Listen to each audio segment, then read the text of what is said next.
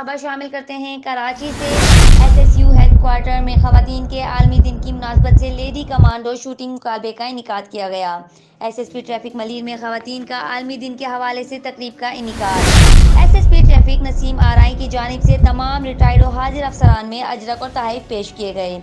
तफसीलात के मुताबिक ज़िले Malir Qaidabad SSP traffic office में खवातीन के आलमी दिन की मुनासबत से एक पुरवकार तकरीब का इनेकाद किया गया, जिसमें एसएसपी ट्रैफिक मलिर नसीम आराय पवार ने लेडी स्टाफ के साथ मिलकर तमाम डीएसपीज मजनून खान उन्नड़, असलम खान उन्नड़, एसओ खुदा बख्श सियाल, आरके साजिद गुज्जर, जब्बार अब्बासी और रिटायर्ड डीएसपी साजिदा जमाली को अपनी बेहतरीन कारकर्दगी पर तहफ़ पर और सिंधी अजरक के तहफ़ से नवाजा गया।